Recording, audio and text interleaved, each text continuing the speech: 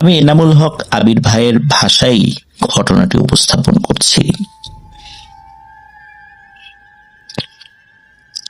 আমি আজ যে ঘটনাটি শেয়ার করব তা আমার পরিচিত এক খালাতো বোনের ছোট্ট এক বাচ্চা মেয়ে মরিয়ম ওরফে মইরমের সাথে ঘটে যাওয়া এক অদ্ভুত ও হৃদয় বিদারক ঘটনা। ঘটনার সময়কাল 1993 থেকে শুরু এবং 2000 সালে এক হৃদয় বিদারক ঘটনার মাধ্যমেই এর সমাপ্তি ঘটে। ঘটনাটি ক্ষণজন্মা অলৌকিক সৌভাগ্যের অধিকারী মরিয়ম ওরফে মইরমের। এবার আসছি মূল ঘটনায়। আছিমুন্নেসা নামের এক ভদ্র মহিলা, তিনি খুব গরিব এবং পরহেজগার, সহজ সরল প্রকৃতির একজন ভালো মানুষ ছিলেন।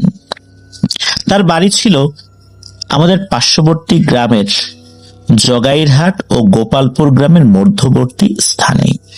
তিনি মানুষের বাসা বাড়িতে টুকটাক কাজ করে জীবনযাপন করতেন।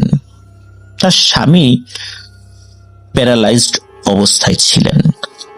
তার দুজন পুত্র ছিল, তাদের নাম হাবিব ও বিপ্লব, আর সবার ছোট্ট একটি কন্যা মরিয়ম। ঘটনাটা এই মরিয়মকে নিয়েই, তবে তারা মইরম বলেই ডাকতো ওকে।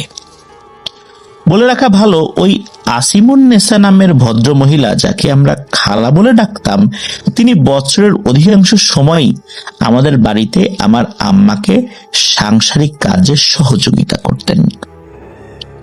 আমাদের কোনো খালা না থাকার কারণে তাকে আমরা নিজেদের খালাই মনে করতাম, আর তিনিও আমাদের খুব ভালোবাসতেন। আমার মাও তাকে নিজের বোনের মতোই ভালোবাসতেন। ঘটনা শুরু যেভাবে, 1993 সালের শ্রাবণের বৃষ্টি বিঘ্নিত এক রাতে আসিমুন্নেসা খালার কোল জুড়ে জন্ম হয় এক অলৌকিক ক্ষমতাধর শিশু মরিয়ম ওরফে মইরমের। জন্মের পর ওর মা বাবা খেয়াল করেন মইরম সাধারণ বাচ্চাদের মতো না, সম্পূর্ণ ভিন্ন রকমের।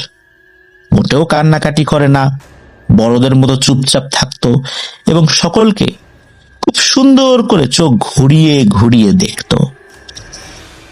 তবে অদ্ভুত বিষয় হলো, মইরমের জন্মের দিন থেকে ওর গায়ের রং বিভিন্ন সময় পাল্টে যেত। কখনো কালো, কখনো সাদা, আবার কখনো লাল নীল বর্ণ ধারণ করত। তারা ঘুমিয়ে গেলে